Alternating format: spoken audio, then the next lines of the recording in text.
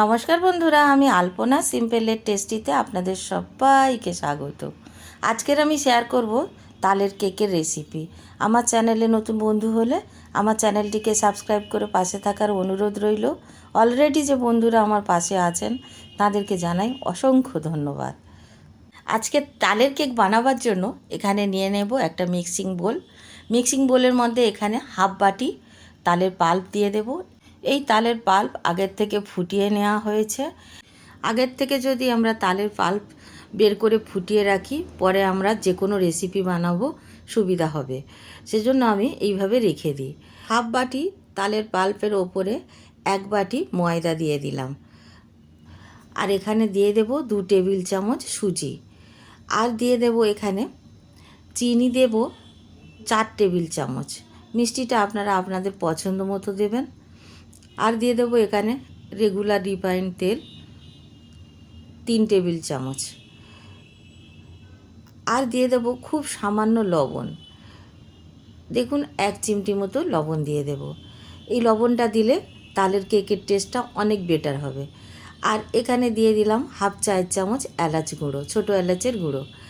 Baking powder দিয়ে দিলাম half চায়ের চামচ, আর তারও হাফ চায়ের চামচ দিয়ে দিলাম বেকিং সোডা, মানে 1/4 চামচ বেকিং সোডা দিয়েছি, 4 ভাগের 1 ভাগ। ভালো করে মিশিয়ে নেব। আমি এখানে জল দিয়ে মেশাচ্ছি, আপনারা চাইলে এখানে দুধ দিয়েও মেশাতে পারেন, বা গুঁড়ো দুধও ব্যবহার করতে পারেন এই কেকের মধ্যে, তাতে অনেক বেশি টেস্ট হবে। আমি খুব সাধারণভাবে বানাচ্ছি যাতে সবাই বানিয়ে খেতে পারে, আর অনেকের দুধে অ্যালার্জি থাকে, সেজন্য আমি এইভাবে বানাচ্ছি। অল্প একটু একটু করে জল দিয়ে দেব, আর এইভাবে বানাতে থাকবো। যে বাটি মেপে ময়দা নিয়েছি সেই বাটি মেপে আমি এখানে 1 বাটি জল ব্যবহার করব। আপনারা দেখে বুঝতে পাচ্ছেন অল্প অল্প জল দিতে দিতে 1 বাটি জল শেষ হয়ে গেল, তাই 1 বাটি জল পুরোটা লেগে গেছে। এখন খুব ভালো করে ফেটিয়ে নিতে হবে, আর এইভাবে ভালো করে ফেটাতে হবে, মানে 5 মিনিট ধরে ফেটিয়ে নিলে খুবই ভালো কেকটা রেডি হবে। আমি ভালো করে ফেটিয়ে নেবার পরে দেখুন কতটা ফ্লাফি হয়ে গেছে। এখন এখানে একটা পাত্র নিয়েছি, এটা সাধারণ যে কেক টিন নয়, কিন্তু সাধারণ আমরা যে বাসন ব্যবহার করি, পাত্র ব্যবহার করি, সেই রকমই একটি পাত্র স্টিলের নিয়েছি। তার মধ্যে তেল এইভাবে গ্রিস করে দেব, আর অল্প একটু ময়দা দিয়ে দেব। ময়দা দিয়ে একটু ডাস্ট করে দেব। আপনাদের কাছে বাটার পেপার থাকলে আপনারা বাটার পেপার দিয়ে দিতে পারেন। এই পাত্রের ওপরে দিয়ে তার উপরে তেল ব্রাশ করে দিতে পারেন।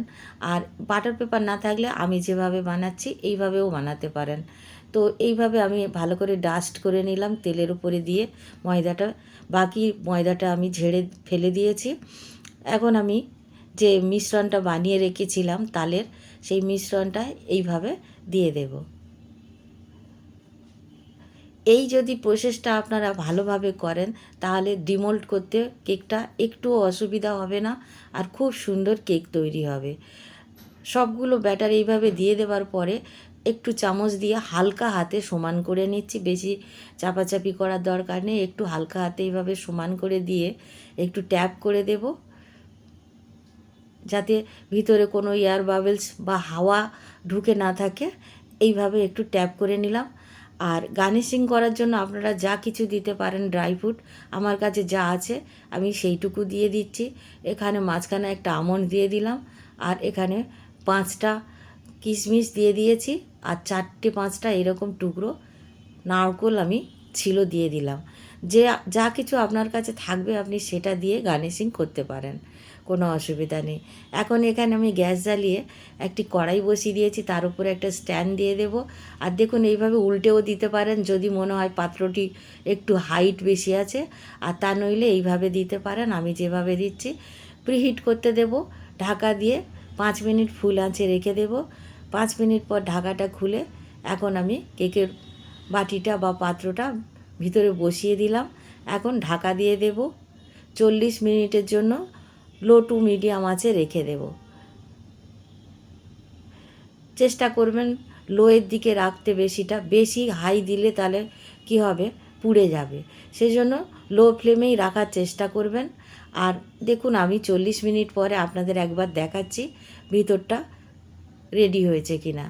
বাইরে থেকে দেখে মনে হচ্ছে রেডি হয়েছে, কিন্তু ভিতরটা দেখে বলবো যে ঠিক রেডি হয়েছে কিনা। দেখুন সামান্য হলেও একটু বাকি আছে, তাই 5 মিনিটের জন্য আমি আরও বেক হতে দেব।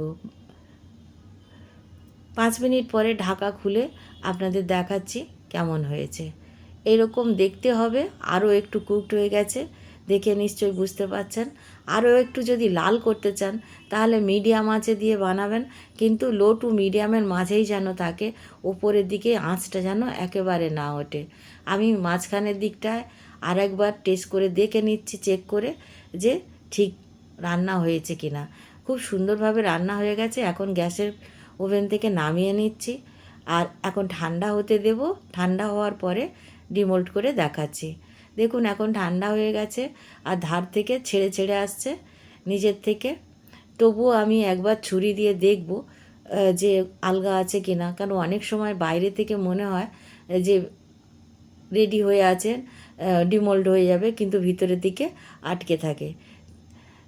আমার মনে হচ্ছে ছুরিটা দিতেই না দিতেই মনে হচ্ছে যেন ভিতর পর্যন্ত একদম সুন্দরভাবে রেডি হয়ে গেছে, তাই আমি আর ছুরিটা সব দিকে দিলাম না। আর দেখুন কতটা সুন্দর পারফেক্ট একটা কেক রেডি হয়ে গেছে। তালের কেক কেউ বলবে না, আর এমনিতে তাল যারা পছন্দ করেন তারা তো পছন্দ করেন। আর দেখলেন তো পাত্রতে কিছুই লেগে নেই, আর কতটা সুন্দর দেখতে হয়েছে দেখুন বন্ধুরা। মাত্র 1 বাটি ময়দা দিয়ে এত সুন্দর কেক তৈরি হয়ে গেছে, আর অনেকটা বড় কেক তৈরি হয়েছে, বেশ অনেকজনে খেতে পারবে। আর দেখুন ভিতরটা পিছনটা কতটা সুন্দর লাগছে, উল্টো দিকটা এতটা সুন্দর জালিদার হয়েছে, আর কালারটাও খুব সুন্দর হয়েছে দেখুন। আর সফট তো হবেই, কেক এইভাবে বানালে যে কোনো কেক সফট হবেই। হাত দিয়ে দেখাচ্ছি দেখুন বন্ধুরা কতটা সফট হয়েছে, দেখে নিশ্চয়ই বুঝতে পারছেন। এখন আমি আপনাদের কেটে দেখাবো ভিতরটা কেমন হয়েছে।